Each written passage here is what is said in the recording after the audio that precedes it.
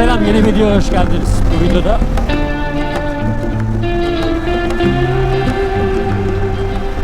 sadece gidiyorum. Sadece konuşacağım. Bu videoda herhangi başka bir şey vaat etmiyorum. Vaatsiz bir video. Vaatsiz.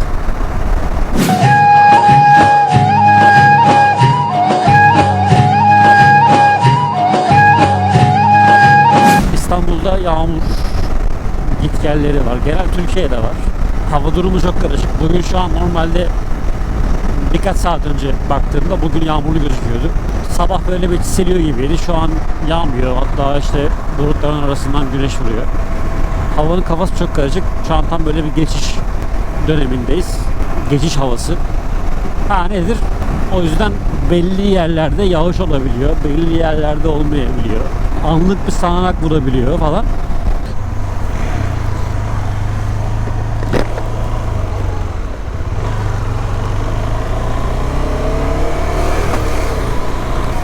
Bu videoyu muhtemelen bayramda atarım. O yüzden herkesin bayramını kutluyorum. İyi bayramlar. Bayramınız mübarekli olsun. Ambulans geliyor.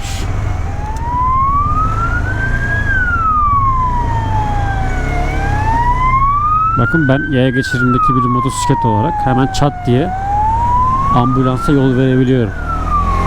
Ama o araba verebilecek mi? Benden daha zor en azından. Bak şu boşluğa girebiliyor olmasına rağmen girmedi mesela. Çünkü niye? O paşam çakarlı.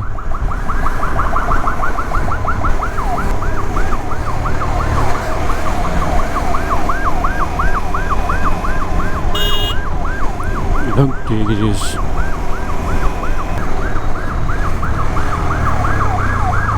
Ben tabi birkaç hafta önceki videoda bir KTM 390 Adventure kullanıcı deneyimi videosu çekeceğimi söyledim. 15.000 kilometre kullanıcı deneyimi. Ne bileyim, arkadan gözükmüyor ki şey, çakarın. Geç hadi geç. Geç. Ya ne oldu? Böyle kaldın orada.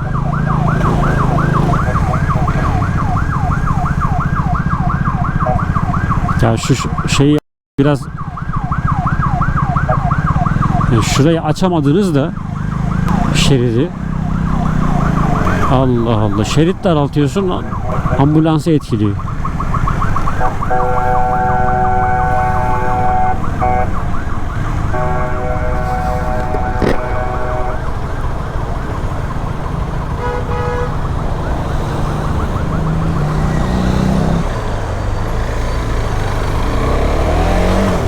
Ya bu şerit daraltma işini de anlamıyorum. Şimdi bak nedir? Köprü girişi aksın diye ne oluyor? Orayı daraltıyor. Köprü girişi akıyor. Arkası akmıyor bu sefer de. Avrata Tüneli'nin girişinde de var böyle bir olay. Bütün girişlerden araba almıyorlar. Hadi onu anlıyorum. İçeride trafik olmasın, hani içeride tünelin içi aksın.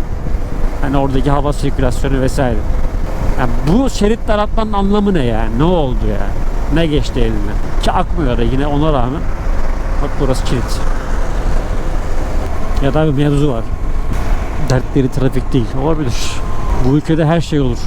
Birilerinin keyfine iki dudağın arasındaki lafa bakar yani. Öyle istedim oldu. Yaptım oldu Cumhuriyet. Hiçbir yerini bir aktive edelim.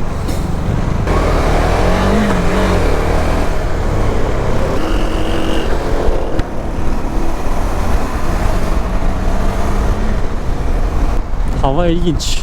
Bulutlu, sisli, güneşli, her şey.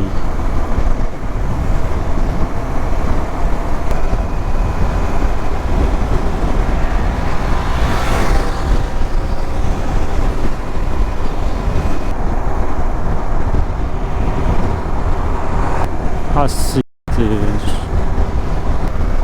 Ulan kartı Birkan'da unutmuşum ya. Servisten geliyorum da. Olaya bak.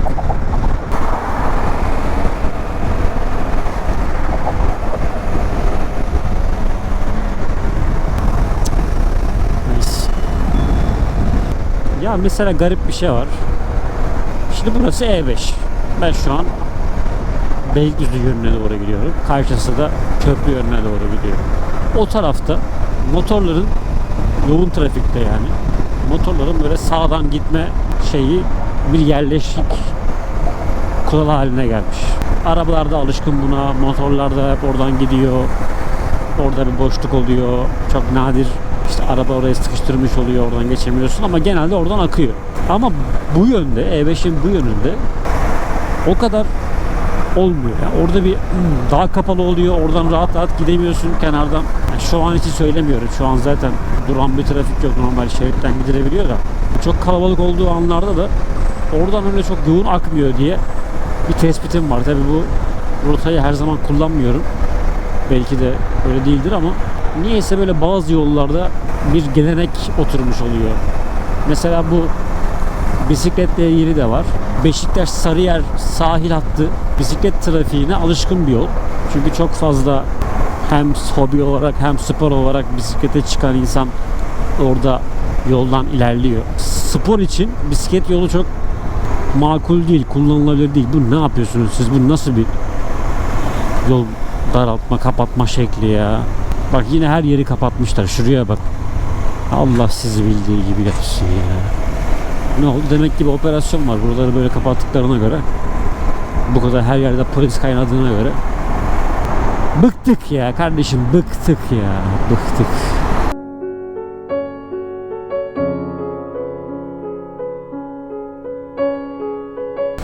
Neyse ne diyordum? Evet orada işte bisiklet yolu var ama spor için bisiklete çıkınca orası çok makul değil. Çok fazla yaya var. Yayalar bisiklet yoluna saygı göstermiyor zaten.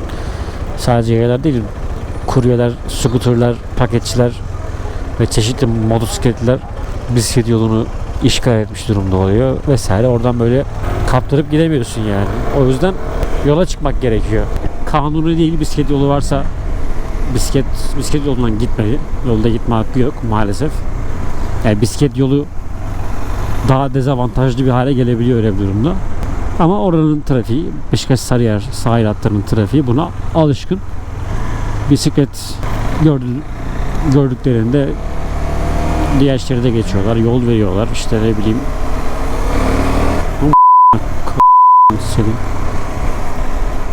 Bu hangi, kim bu? İlk defa gördüm burada bu köpeği. Şuraya bak.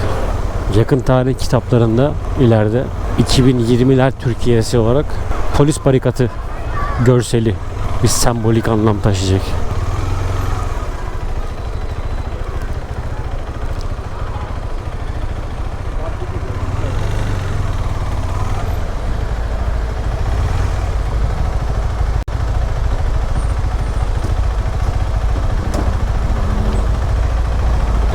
Bu benim sorumluluğumda olan bir şey. Yani dolmuş şoförün de sorumluluğunda olan bir şey ama en nihayetinde benim sorumluluğumda olan bir şey. Kenara giren motorcu olarak o kapının açılma ihtimalini her zaman dikkate almak lazım.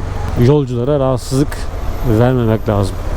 Böyle çok insana motor çarpıyor. Olacak iş değil gerçekten. Çok dikkat etmek lazım o işlere. Şimdi bir eczane görüp ona uğramam lazım. Görmezsem bildiğim bir yer var, oraya doğru yolumu değiştirerekten gideceğim. Trafik akarsa inş. Yağmur atıyor ince ince. Dediğim gibi havanın kafası karışık. Karışık. Uzayken karışık.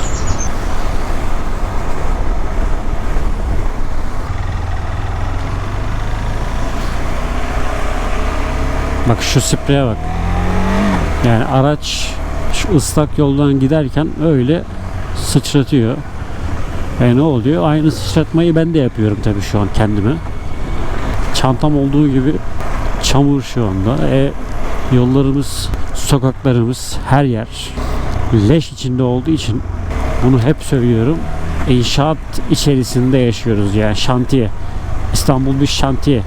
O yüzden böyle ufak bir yağmurda hemen her taraf leş oluyor. Motorlarımız leş oluyor. Üstümüz başımız leş oluyor. Bombok bir durum oluyor yani. Hava durumu o kadar çok yağmur gösteriyor ki şimdi motoru yıkatasım gelmiyor yani. Zincir bakımını yap geç. Aha eczane. Motor yıkatsan ne olacak ki?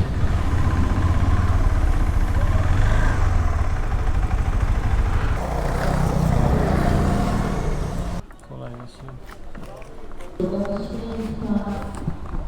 Evet. Bu işimizi de çözmüş olduk. Bir şey sorsam burada eczane olduğunu bilmem. Niye? Çünkü hiç lazım olmadı. Öyle bir farkındalık içerisinde değildim. Her gün buradan geçiyor olmama rağmen.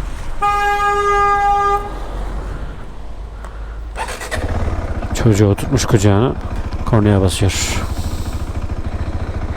Bunu da buradan çeke çeke şuradan yırtıldı. Huy!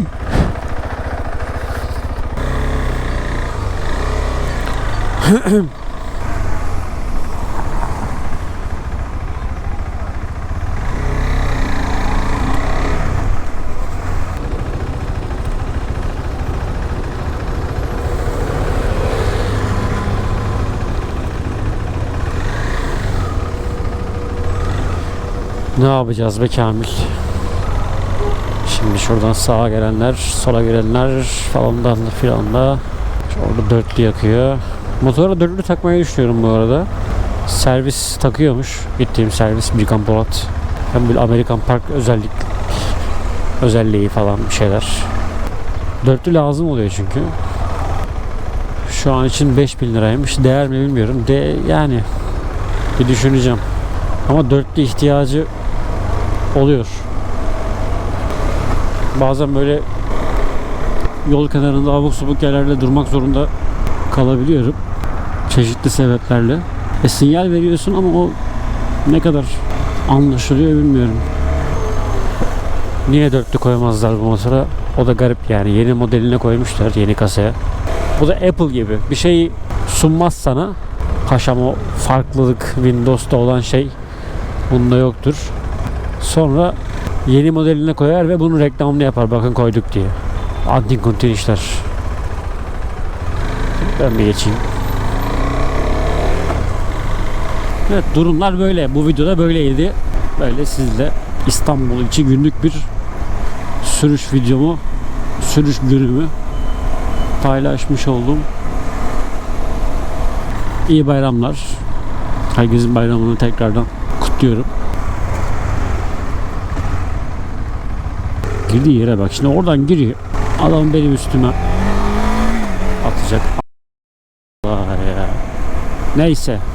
Abone değilseniz abone olmanızı beklerim. Videoyu beğenebilirsiniz. Yorum yazabilirsiniz. Katıl üyelikleri, aktif katıl üyelerine özel çeşitli içerikler zaman zaman yoğun, zaman zaman seyrek de olsa geliyor. Kendinize iyi bakın. Görüşürüz.